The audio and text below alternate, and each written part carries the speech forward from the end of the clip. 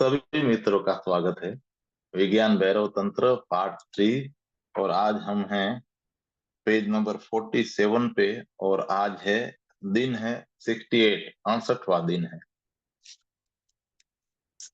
भगवान कहते हैं, जब ओस्पेंस्की गुरुजीएफ के पास साधना कर रहा था तो उसे 3 महीने तक इस बात के लिए बहुत कठिन श्रम करना पड़ा कि आत्मशरण की एक झलक मिले। निरंतर 3 महीने तक ओस्पेंस्की एक एकांत घर में रहकर एक ही प्रयोग करता रहा, आत्मस्मरण का प्रयोग। 30 व्यक्तियों ने उस प्रयोग को आरंभ किया था और पहले सप्ताह खत्म होते होते 27 व्यक्ति भाग खड़े हुए। सिर्फ 3 बच्चे। सारा दिन वे कोई और काम नहीं करते थे, सिर्फ स्मरण करते थे कि मैं हूँ। 27 लोगों को ऐसा लगा कि इस प्रयोग से हम पागल हो जाएंगे, हमारे विक्षिप्त होने के सिवाय कोई चारा नहीं है। और वे गायब हो गए। वे फिर कभी नहीं वापस आए। वे गुरजीएफ से फिर कभी नहीं मिले। क्यों? हम जैसे हैं, असल में हम विक्षिप्त ही हैं, पागल ही हैं।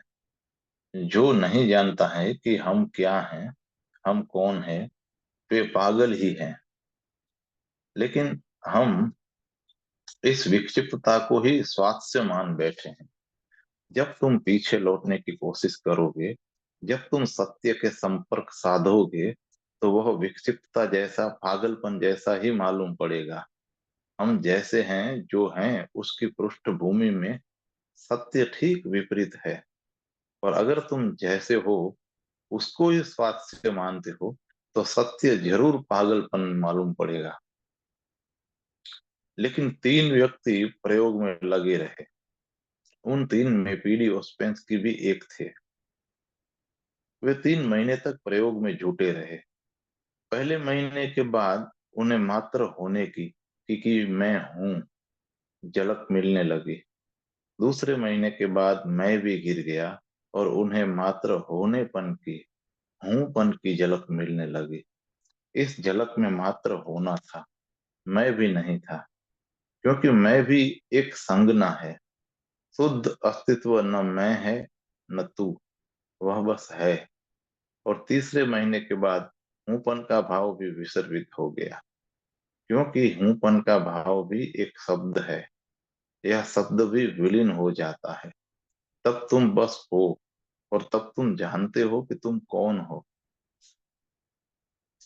इस घड़ी के आने के पूर्व तुम नहीं पूछ सकते कि मैं कौन हूँ, या तुम सतत पूछते रह सकते हो कि मैं कौन हूँ, मैं कौन हूँ।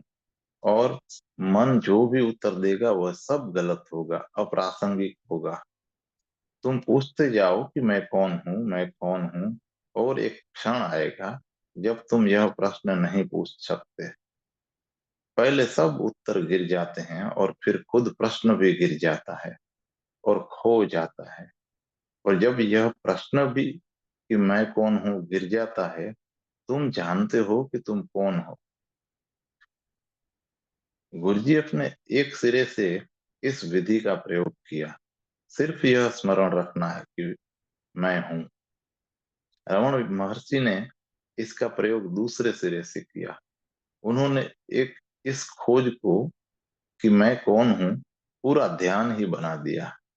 उन्होंने कहा कि पूछते रहो कि मैं कौन हूं, और इसके उत्तर में मन जो भी कहे उस पर विश्वास मत करो। मन कहेगा कि क्या व्यर्थ का सवाल उठा रहे हो। मन कहेगा कि तुम यह हो, तुम वह हो, कि तुम मर्द हो, तुम औरत हो, तुम शिक्षित हो, तुम अशिक्षित हो, कि गरीब हो, अमीर हो। मन उत्तर दिए जाएगा, लेकिन तुम प्रश्न पूछते ही चले जाना। किसी भी उत्तर को स्वीकार मत करना, क्योंकि मन के दिए सभी उत्तर गलत होंगे। वे उत्तर तुम्हारे झूठे हिस्से से आते हैं, वे शब्दों से आते हैं, वे शास्त्रों से आते हैं, वे तुम्हारे संस्कारों से आते हैं, वे समाज से आते हैं। सच तो यह है कि वे सब के सब दूसरों से आते हैं, वे तुम्हारे नहीं हैं। तुम पूछे ही चले जाओ इस मैं कौन हूं के तीर को गहरे से गहरे उतरने दो। एक क्षण आएगा जब कोई उत्तर नहीं आएगा, वही एक सम्यक क्षण होगा। अब तुम उत्तर के करीब आ रहे हो। जब कोई उत्तर नहीं आता है, तुम उत्तर के करीब होते हो, क्योंकि अब मन मौन हो रहा है। अब तुम मन से दूर, बहुत दूर निकल गए हो। अब कोई उत्तर नहीं होगा, और जब तुम्हारे चारों ओर एक शून्य निर्मित हो जाएगा, तो तुम्हारा प्रश्न पूछना व्यर्थ मालूम होगा। तुम किससे पूछ रहे हो? जवाब देने वाला अब कोई नहीं है। अचानक तुम्हारा प्रश्न भी गिर जाएगा, और प्रश्न के गिरते ही मन का आखिरी हिस्सा भी गिर गया, खो गया, क्योंकि यह प्रश्न भी मन का ही था। वे उत्तर भी मन के थे, और यह प्रश्न भी मन का था। दोनों विलीन हो गए। अब तुम बस हो, और इससे प्रयोग करो। अगर तुम लगन से लगे रहे, तो पूरी संभावना है कि यह विधि तुम्हें सत्य की झलक दे जाए, और सत्य शाश्वत है। अब आत्मस्मरण की दूसरी विधि। जहां जहां जिस किसी कृत्य में संतोष मिलता हो, उसे वास्तविक करो। भगवान कहते हैं, तुम्हें प्यास लगी है, तुम पानी पीते हो, उससे एक सूक्ष्म संतोष प्राप्त होता है। यह पानी को भूल जाओ, प्यास को भी भूल जाओ, और सूक्ष्म संतोष जो अनुभव हो रहा है, उसके साथ रहो। उस संतोष से भर जाओ, बस संतुष्ट अनुभव करो। लेकिन मनुष्य का मन बहुत उपद्रवी है। वह केवल असंतोष और अतृप्ति अनुभव करता है। वह कभी संतोष नहीं अनुभव करता है। अगर तुम असंतुष्ट हो, तो तुम उसे अनुभव करोगे और असंतोष से भर जाओगे। और जब तुम प्यासे हो, तो तुम्हें प्यास अनुभव होती है, तुम्हारा गला सूखता है। और अगर प्यास बढ़ती है, तो वह पूरे शरीर में महसूस होने लगती है। और एक क्षण ऐसा भी आता है जब तुम्हें ऐसा नहीं लगता कि मैं प्यासा हूं, तुम्हें लगता है कि मैं प्यास ही हो गया हूं। अगर तुम किसी मरुस्थल में हो, और पानी मिलने की कोई भी आशा नहीं हो, तो तुम्हें ऐसा नहीं लगेगा कि मैं प्यासा हूं। तुम्हें लगेगा कि मैं प्यास ही हो गया हूं। असंतोष अनुभव में आते हैं, दुख और संताप अनुभव में आते हैं। जब तुम दुख में होते हो, तो तुम दुखी ही बन जाते हो। यही कारण है कि पूरा जीवन नरक हो जाता है। तुमने कभी विधायक को नहीं अनुभव किया है। तुमने सदा नकारात्मक को ज्यादा अनुभव किया है। जीवन वैसा दुख नहीं है जैसा हमने उससे बना रखा है।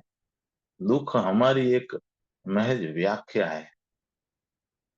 बुद्ध यहीं और अभी सुख में है, इसी जीवन में सुखी है। कृष्ण नाच रहे हैं और बांसुरी बजा रहे हैं, इसी जीवन में, यहीं और अभी। जहां हम दुख में हैं, वहीं कृष्ण नाच रहे हैं। जीवन न दुख है, न जीवन आनंद है। दुख और आनंद हमारी व्याख्याएं हैं, हमारी दृष्टियां हैं, हमारे रुझान हैं, हमारे देखने के ढंग हैं। यह तुम्हारे मन पर निर्भर है कि वह जीवन को किस तरह से लेता है। अपने ही जीवन का स्मरण करो और उसका विश्लेषण करो। क्या तुमने कभी संतोष के, परितृप्ति के, सुख के, आनंद के क्षणों का हिसाब रखा है? तुमने उनका कोई हिसाब नहीं रखा है। लेकिन तुमने अपने दुख, पीड़ा और संताप का खूब हिसाब रखा है, और तुम्हारे पास इसका बड़ा संग्रह है। तुम एक संग्रहित नरक हो, और यह तुम्हारा अपना चुनाव है। कोई दूसरा तुम्हें इस नरक में नहीं धकेल रहा है। यह तुम्हारा ही चुनाव है। मन नकार को पकड़ता है, उसका संग्रह करता है, और फिर खुद नकार बन जाता है। और फिर यह दुष्चक्र हो जाता है। तुम्हारे चित्त में जितना नकार इकट्ठा होता है, तुम उतने ही नकारात्मक हो जाते हो, और फिर नकार का संग्रह बढ़ जाता है, समान समान को आकर्षित करता है, और यह सिलसिला जन्मों जन्मों से चल रहा है। तुम अपनी नकारात्मक दृष्टि के कारण सब कुछ चूक रहे हो। यह विधि तुम्हें विधायक दृष्टि देती है। सामान्य मन और उसकी प्रक्रिया के बिल्कुल विपरीत है यह विधि। जब भी संतोष मिलता हो, जिस किसी कृत्य में भी संतोष मिलता हो, उसे वास्तविक, उसे अनुभव करो, उसके साथ हो जाओ। यह संतोष की यह संतोष किसी बड़े विधायक अस्तित्व की झलक बन सकता है। यहाँ हर चीज महज एक खिड़की है। अगर तुम किसी दुख के साथ तादात्म्य करते हो, तो तुम दुख की खिड़कियों से झांक रहे हो, और दुख और संताप की खिड़की नर्क की तरफ ही खुलती है। और अगर तुम किसी संतोष के क्षण के साथ, आनंद और समाधि के क्षण के साथ एकात्म होते हो, तो तुम दूसरी खिड़की खोल रहे हो।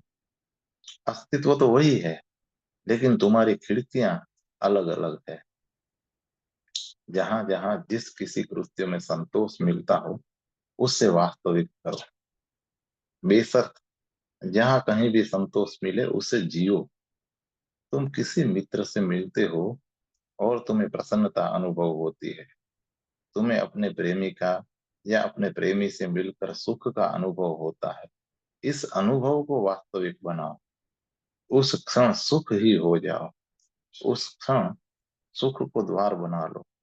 तब तुम्हारा मन बदलने लगेगा। तब तुम सुख इकट्ठा करने लगोगे। तब तुम्हारा मन विधायक होने लगेगा, और वही जगत भिन्न दिखने लगेगा। जैन संत बोकोजू ने कहा है कि जगत वही है, लेकिन कुछ भी वही नहीं है, क्योंकि मन वही नहीं है। सब कुछ वही रहता है, लेकिन कुछ भी वही नहीं रहता है। क्यों? क्योंकि मैं बदल जाता हूँ। तुम संसार को बदलने की कोशिश में लगे रहते हो, लेकिन तुम कुछ भी करो, जगत वही का वही रहता है। क्योंकि क्योंकि तुम वही के वही रहते हो। तुम एक बार बड़ा घर बना लेते हो, तुम्हें एक बड़ी कार मिल जाती है, तुम्हें सुंदर पत्नी या पति मिल जाता है, लेकिन उससे कुछ भी नहीं बदलेगा। बड़ा घर बड़ा नहीं होगा, सुंदर पत्नी या पति सुंदर नहीं होगा, बड़ी कार भी छोटी ही रहेगी, क्योंकि तुम वही के वही हो। तुम्हारा मन, तुम्हारी दृष्टि, तुम्हारा रुझान, सब कुछ वही का वही है। तुम चीजें तो बदल लेते हो, लेकिन अपने को नहीं बदलते। एक दुखी आदमी को छोड़कर हम्म, एक दुखी आदमी झोपड़ी को छोड़कर महल में रहने लगता है, लेकिन वह वहां भी दुखी आदमी ही रहता है। पहले वह झोपड़ी में दुखी था, अब वह महल में दुखी रहेगा। उसका दुख महल का दुख होगा, लेकिन वह दुखी होगा। तुम अपने साथ अपने दुख लिए चल रहे हो, और तुम जहां भी जाओगे, अपने साथ रहोगे।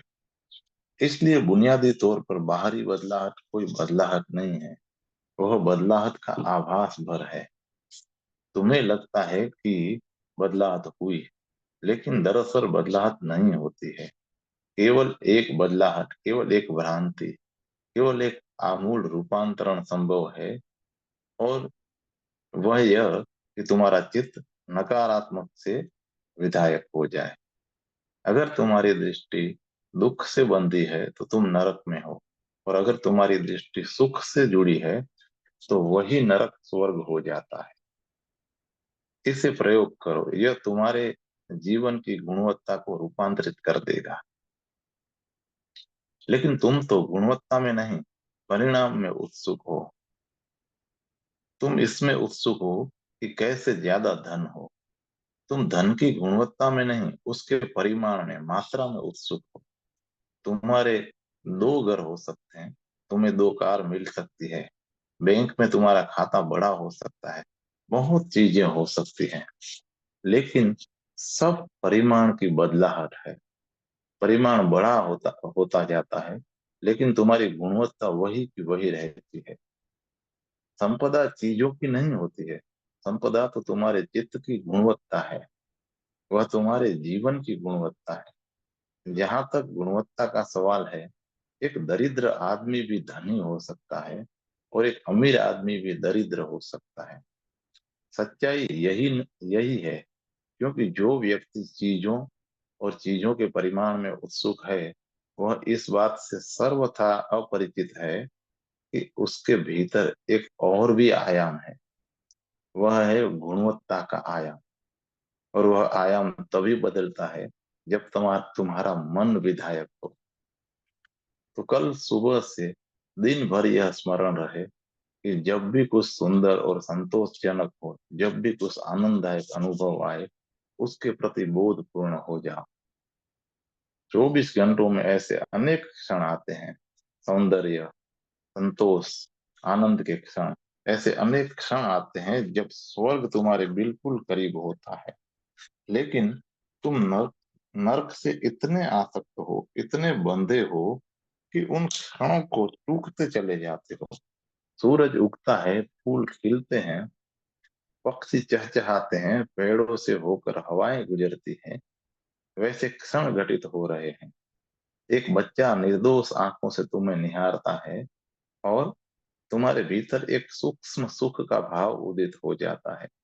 यह किसी यह किसी की मुस्कुराहट या किसी की मुस्कुराहट तुम्हें आह्लाद में भर देती है। अपने चारों ओर देखो और उसे खोजो जो आनंददायक है, और उससे पूरित हो जाओ, भर जाओ, उसका स्वाद लो, उससे भर जाओ और उसे अपने पूरे प्राणों पर जाने दो। उसके साथ एक हो जाओ। उसकी सुगंध तुम्हारे साथ रहेगी। वह अनुभूति पूरे दिन तुम्हारे भीतर गूंजेगी, और वह अनुगुंज तुम्हें सदा विधायक होने में सहयोग देगी। यह प्रक्रिया भी और बढ़ती जाती है। यदि सब कुछ यह प्रक्रिया भी और बढ़ती जाती है। यदि सुबह शुरू करो तो शाम तक तुम सितारों की प्रति, चांद की प्रति, रात की प्रति, अंधेरे के प्रति ज्यादा खुले होगे। इसे 24 घंटे प्रयोग की तरह करो और देखो कि कैसा लगता है। और एक बार तुमने जान लिया कि विधायकता तुमसे तुम्हें दूसरे ही जगत में ले जाती है, तो तुम उससे कभी अलग नहीं होगे। तब तुम्हारा पूरा दृष्टिकोण नकार से विधायक में बदल जाएगा। तब तुम संसार को एक भिन्न दृष्टि से, एक नई दृष्टि से देखोगे। मुझे एक कहानी याद आती है। बुद्ध का एक शिष्य अपने गुरु से विदा ले रहा है। शिष्य का नाम था पूर्ण काश्यप। उसने बुद्ध से पूछा कि मैं आपका संदेश लेकर कहाँ जाऊं। बुद्ध ने कहा कि तुम खुद ही चुन लो। पूर्ण कश्यप ने कहा कि मैं बिहार के एक सुदूर हिस्से की तरफ जाऊंगा, और उसका नाम सुखा था। मैं सुखा प्रांत की तरफ जाऊंगा। बुद्ध ने कहा कि अच्छा हो कि तुम अपना निर्णय बदल लो। तुम किसी और जगह जाओ, क्योंकि सुखा प्रांत के लोग बड़े क्रूर, हिंसक और दुष्ट हैं, और अब तक कोई व्यक्ति वहां उन्हें अहिंसा, प्रेम और करुणा करुणा का उपदेश सुनाने नहीं गया है। इसलिए अपना चुनाव बदल डालो। पर पूर्ण काश्यप ने कहा कि मुझे जाने की आज्ञा दे, क्योंकि वहां कोई नहीं गया है और किसी को तो जाना ही चाहिए। बुद्ध ने कहा कि इससे पहले कि मैं तुम्हें वहां जाने की आज्ञा दूं, मैं तुमसे 3 प्रश्न पूछना चाहता हूँ। अगर प्रांत के लोग तुम्हारा अपमान करें तो तुम्हें कैसा लगेगा? पूर्ण कश्यप ने कहा कि मैं समझूंगा कि वे बड़े अच्छे लोग हैं जो केवल अपमान करते हैं। मुझे मार तो नहीं रहे। वे अच्छे लोग हैं, वे मुझे मार भी सकते थे। बुद्ध ने कहा कि अब दूसरा प्रश्न। अगर वो लोग तुम्हें मारे पीटे तो तुम्हें कैसा लगेगा? पूर्ण कश्यप ने कहा कि मैं समझूंगा कि वे बड़े अच्छे लोग हैं। वे मेरी हत्या भी कर सकते थे, लेकिन वे मुझे सिर्फ पीट रहे हैं। बुद्ध ने कहा, अब तीसरा प्रश्न। अगर वे लोग तुम्हारी हत्या कर दें तो मरने के क्षण में तुम कैसा अनुभव करोगे? पूर्ण काश्यप ने कहा कि मैं आपको और उन लोगों को धन्यवाद दूंगा। अगर वे मेरी हत्या कर देंगे तो वे मुझे उस जीवन से मुक्त कर देंगे जिसमें न जाने कितनी गलतियां हो सकती थी। वे मुझे मुक्त कर देंगे, इसलिए मैं अनुग्रहित अनुभव करूंगा। तो बुद्ध ने कहा कि अब तुम कहीं भी जा सकते हो, सारा संसार अब तुम्हारे लिए स्वर्ग है। अब कोई समस्या नहीं है, सारा जगत तुम्हारे लिए स्वर्ग है, तुम कहीं भी जा सकते हो। ऐसे चित्त के साथ जगत में कहीं भी कुछ गलत नहीं है, और तुम्हारे चित्त के साथ कुछ भी सम्यक नहीं हो सकता, ठीक नहीं हो सकता है। नकारात्मक चित्त के साथ सब कुछ गलत हो जाता है, इसलिए नहीं क्योंकि कुछ गलत है, बल्कि इसलिए क्योंकि नकारात्मक चित्त को गलत ही दिखाई पड़ता है। जहां जहां जिस किसी कृत्य में संतोष मिला हो, उसे वास्तविक करो। यह एक बहुत ही नाजुक प्रक्रिया है, लेकिन बहुत मीठी भी है। और तुम इसमें जितनी गति करोगे, यह उतनी मीठी होती जाएगी। तुम एक नई मिठास और सुगंध से भर जाओगे। बस सुंदर को खोजो, कुरूप को भूल जाओ। तब एक क्षण आता है जब कुरूप भी सुंदर हो जाता है। सुखी क्षणों की खोज करो, और तब एक क्षण आता है जब कोई दुख नहीं रह जाता है। तब कोई दुख का क्षण नहीं रह जाता है। आनंद की फिक्र करो, और देर अबेर दुख तिरोहित हो जाता है। विधायक चित्त के लिए सब कुछ सुंदर है। दोस्तों, आत्मस्मरण की अब तीसरी विधि है।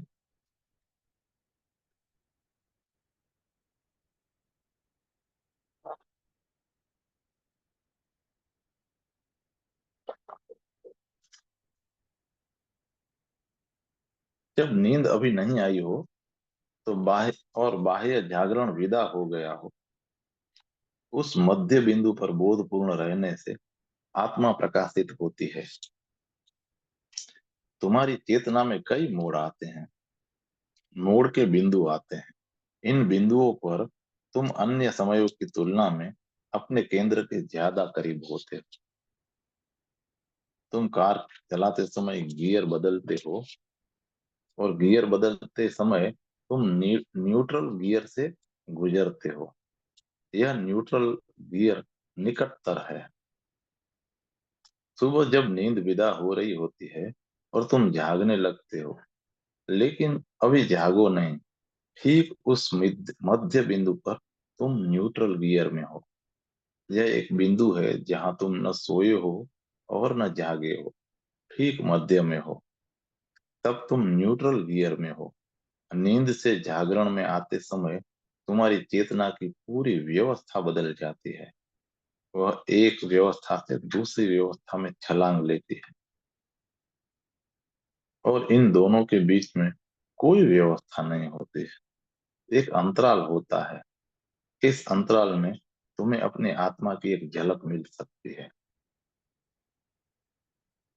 यही बात फिर रात में घटित होती है, जब तुम अपनी जागृत अवस्था में नींद की व्यवस्था में चेतन से अचेतन में छलांग लेते हो, तो फिर एक क्षण के लिए कोई व्यवस्था नहीं होती है। तुम पर किसी व्यवस्था की पकड़ नहीं होती है, क्योंकि तब तुम एक दूसरी व्यवस्था में छलांग लेते हो। इन दोनों के मध्य में अगर तुम सजग रह सके, अगर तुम बोधपूर्ण रह सके, इन दोनों के मध्य में अगर तुम स्मरण रख सके, तो तुम अपने सच्चे स्वरूप की झलक पा लोगे। तो इसके लिए क्या करें? नींद में उतरने के पहले विश्राम पूर्ण हो, और आंखें बंद कर लो। कमरे में अंधेरा कर लो, आंखें बंद कर लो, और बस प्रतीक्षा करो। नींद आ रही है, बस प्रतीक्षा करो। कुछ मत करो, बस प्रतीक्षा करो। तुम्हारा शरीर शिथिल हो रहा है, तुम्हारा शरीर भारी हो रहा है। बस शिथिलता को, भारीपन को महसूस करो। नींद की एक अपनी व्यवस्था है, वह काम करने लगती है। तुम्हारी जागृत चेतना अब विलीन हो रही है। इसे स्मरण रखो, क्योंकि यह क्षण बहुत सूक्ष्म होगा। यह क्षण परमाणु सा छोटा होगा। इसे चूक गए तो चूक गए, यह कोई बड़ा अंतराल नहीं है, बहुत छोटा है। यह क्षण भर का अंतराल है जिसमें तुम जागरण से नींद में प्रवेश कर जाते हो। तो बस पूरी सजगता से प्रतीक्षा करो, प्रतीक्षा किए जाओ। इसमें थोड़ा समय लगेगा, कम से कम 3 महीने लगते हैं। जब एक दिन तुम्हें उस क्षण की झलक मिलेगी जो ठीक बीच में है, तो जल्दी मत करो। यह अभी ही नहीं होगा, यह आज रात ही नहीं होगा, लेकिन तुम्हें शुरू करना है और महीनों प्रतीक्षा करनी है। साधारणतः 3 महीने में किसी दिन यह घटित होगा। यह रोज ही घटित हो रहा है, लेकिन तुम्हारी सजगता और अंतराल का मिलन आयोजित नहीं किया जा सकता है। वह घटित हो ही रहा है। तुम प्रतीक्षा किए जाओ और किसी दिन वह घटित होगा। किसी दिन तुम्हें अचानक यह बोध होगा कि मैं न जागा हूं और ना ही सोया हूं। यह एक बहुत विचित्र अनुभव है। तुम उससे भयभीत भी हो सकते हो। अब तक तुमने दो ही अवस्थाओं को जाना है। तुम्हें अपने जागने का पता है और तुम्हें अपनी नींद का पता है। इससे अतिरिक्त अवस्था का तुम्हें पता नहीं है। तुम्हें पता नहीं है कि तुम्हारे भीतर एक तीसरा बिंदु भी है। यह तुम जब तुम न जागे हो और जब तुम न सोए हो तब का। इस बिंदु के प्रथम दर्शन से तुम भयभीत हो सकते हो, आतंकित भी हो सकते हो। पर भयभीत मत हो, आतंकित मत हो। जो चीज इतनी नई होगी, अनजानी होगी, वह जरूर भयभीत करेगी। क्योंकि यह क्षण जब तुम्हें इसका एक बार बार अनुभव होगा, तब तुम्हें एक और एहसास देगा कि तुम न जीवित हो न मृत हो, कि तुम न यह हो और न वह हो। यह अतल खाई जैसा है। नींद और जागरण की व्यवस्थाएं दो पहाड़ियों की भांति हैं। तुम एक से दूसरे पर छलांग लगाते हो, लेकिन यदि तुम उनके मध्य में ठहर जाओ तो तुम कोई अतल अतल खाई में गिर जाओगे। और इस खाई का कहीं अंत नहीं है। तुम गिरते जाओगे, गिरते जाओगे। सूफियों ने इस विधि का उपयोग किया है, लेकिन जब वे किसी साधक को यह विधि देते हैं, तो सुरक्षा के लिए वे साथ ही एक और विधि भी देते हैं। सूफी साधना में इस विधि के दिए जाने के पहले दूसरी एक विधि दी जाती है कि तुम आंख बंद कर लो और कल्पना करो कि मैं गहरे से गहरे कुएं में गिर रहा हूँ, एक अतल कुएं में गिर रहा हूँ। बस कल्पना करो कि अतल कुएं में गिर रहे हो। गिरते ही जाओ, गिरते ही जाओ, सतत गिरते जाओ।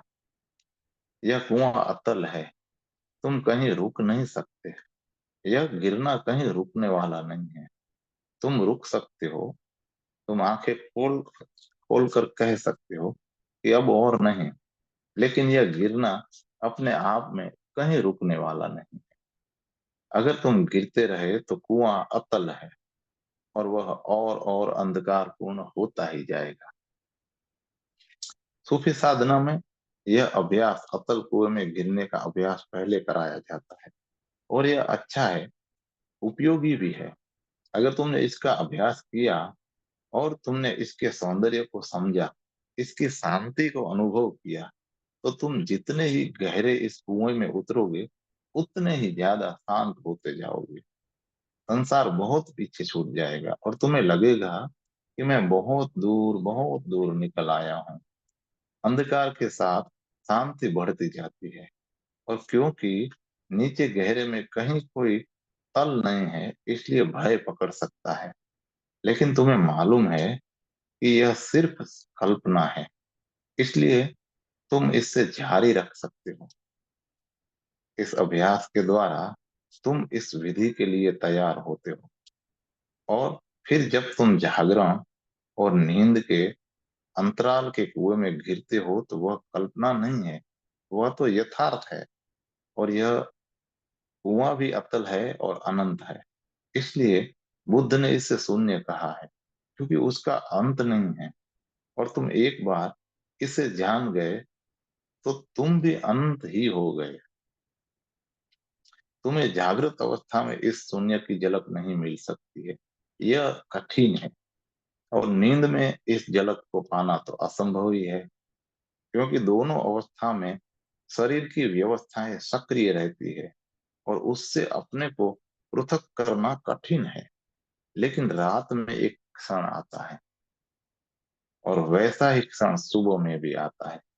24 घंटे में ये दो ही ऐसे क्षण हैं जब यह आसान है, लेकिन तुम्हें प्रतीक्षा करनी होगी। जब नींद अभी नहीं आई हो और बाह्य जागरण विदा हो गया हो, उस मध्य बिंदु पर बोध पूर्ण रहने से आत्मा प्रकाशित हो जाती है। तब तुम जानते हो कि मैं कौन हूँ, मेरा सच्चा स्वभाव क्या है, मेरा प्रामाणिक अस्तित्व क्या है। जागते हुए तुम झूठे हो, और यह तुम भली भांति जानते हो। जब तुम जागे हुए हो, तुम झूठे बने रहते हो। तुम उस समय मुस्कुराते हो जबकि आंसू बहाना ज्यादा सच होता है। तुम्हारे आंसू भी भरोसे के योग्य नहीं है, वे भी दिखाऊ हो सकते हैं, नकली हो सकते हैं। होने ही चाहिए इस होने चाहिए इसलिए हो सकते हैं। तुम्हारी मुस्कुराहट झूठी है। जो लोग चेहरा पढ़ना जानते हैं वे कह सकते हैं कि यह मुस्कुराहट रंग रोगान से ज्यादा नहीं है, भीतर उसकी कोई जड़ें नहीं है।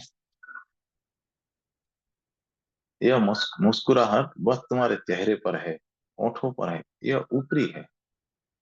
यह तुम्हारे प्राणों से नहीं उठी है, कहीं उसकी जड़ें नहीं है, और न ही उसके हाथ पांव हैं। वह ऊपर ऊपर से ओढ़ी हुई है, वह भीतर से बाहर नहीं आई है, वह बाहर से थोपी गई है।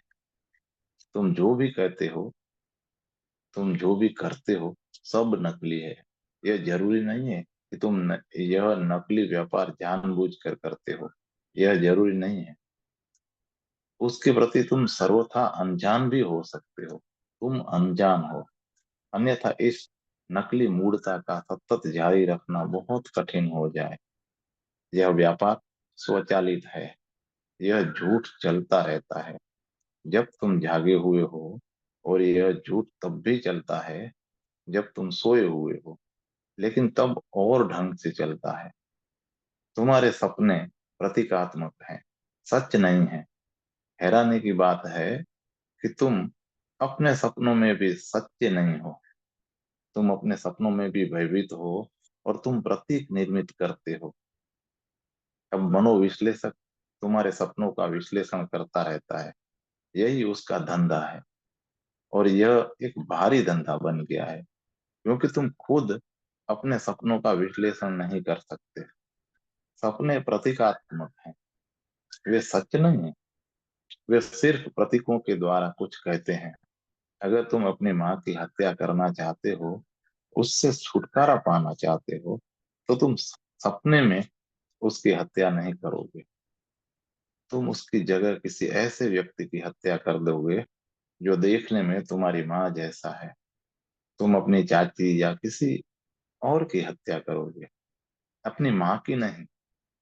तुम अपने सपने में भी प्रामाणिक नहीं हो सकते हो। यही कारण है कि मनोविश्लेषण की जरूरत पड़ती है। एक पेशेवर व्यक्ति की जरूरत पड़ती है जो तुम्हारे सपनों की व्याख्या कर सके। लेकिन तुम सपने को भी इस ढंग से रख सकते हो कि मनोविश्लेषण भी धोखा खा जाए। तुम्हारे सपने भी सर्वथा झूठे हैं, लेकिन अगर तुम जागते हुए सच्चे रह सको, तो तुम्हारे सपने सच हो सकते हैं। तब वे प्रतीकात्मक नहीं होंगे। तब अगर तुम अपनी माँ की हत्या करना चाहोगे, तुम सपने में अपनी माँ की ही हत्या करोगे, किसी और की नहीं। और फिर व्याख्या करने वाले की जरूरत नहीं होगी जो तुम्हें बताए तुम्हारे सपने का अर्थ क्या है। लेकिन हम इतने झूठे हैं, धोखेबाज हैं, कि सपने के एकांत में भी संसार से, समाज से डरते हैं। माँ की हत्या करना सबसे बड़ा पाप है, और पता नहीं तुमने कभी इस पर विचार किया है या नहीं कि माँ की हत्या करना क्यों सबसे बड़ा पाप है? यह सबसे बड़ा पाप कहाँ है?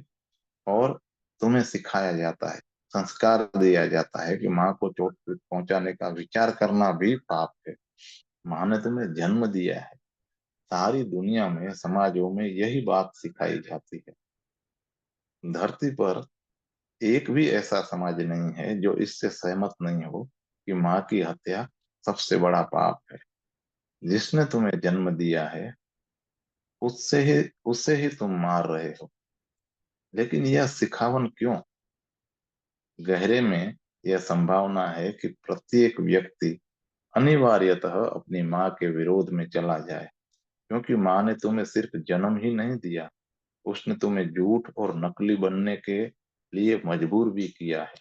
तुम जो भी हो अपनी माँ के बनाए हुए हो। अगर तुम एक नरक हो तो उसमें तुम्हारी माँ का बड़ा हाथ है, सबसे बड़ा हाथ है। अगर तुम दुख में हो तो उस दुख में कहीं ना कहीं तुम्हारी माँ मौजूद है, क्योंकि माँ ने तुम्हें जन्म दिया है, उसने तुम्हें पाल पोस कर बड़ा किया है, या कहें कि उसने तुम्हें पाल पोस कर नकली किया है। उसने तुम्हें प्रामाणिकता से हटा दिया है।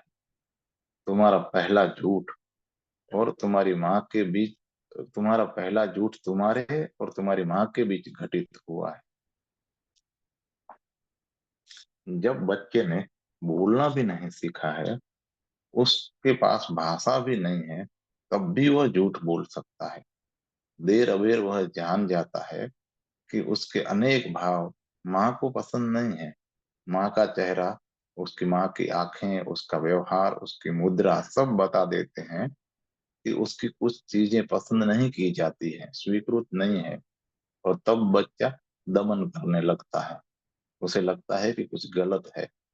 अभी उसके पास भाषा नहीं है, उसका मन सक्रिय नहीं है, लेकिन उसका सारा शरीर दमन करने लगता है। और फिर उसे पता चलता है कि कभी कभी कोई बात उसकी माँ के द्वारा सराही जाती है, और यह बच्चा माँ पर निर्भर है। उसका जीवन ही माँ पर निर्भर है। अगर माँ उसे छोड़ दे तो वह नहीं जी सकता है। उसका पूरा जीवन माँ केंद्रित है। इसलिए माँ का सब कुछ, उसका व्यवहार, उसकी बातें, उसका इशारा बच्चे के लिए महत्वपूर्ण हो जाता है। अगर बच्चा बच्चा मुस्कुराता है और तब माँ उसे प्रेम देती है, लाड दुलार देती है, दूध पिलाती है, छाती से लगा लेती है, तो समझो कि बच्चा अब राजनीति सीखने लगा है। वह तब भी मुस्कुराएगा जब उसके भीतर मुस्कुराहट नहीं होगी, क्योंकि अब वह जानता है कि ऐसा करके वह माँ को खुश कर सकता है। अब वह झूठी मुस्कुराहट मुस्कुराएगा। अब एक झूठा व्यक्ति पैदा हो गया। अब एक राजनीति अस्तित्व में आया। अब वह जानता है कि कैसे झूठ हुआ जाए।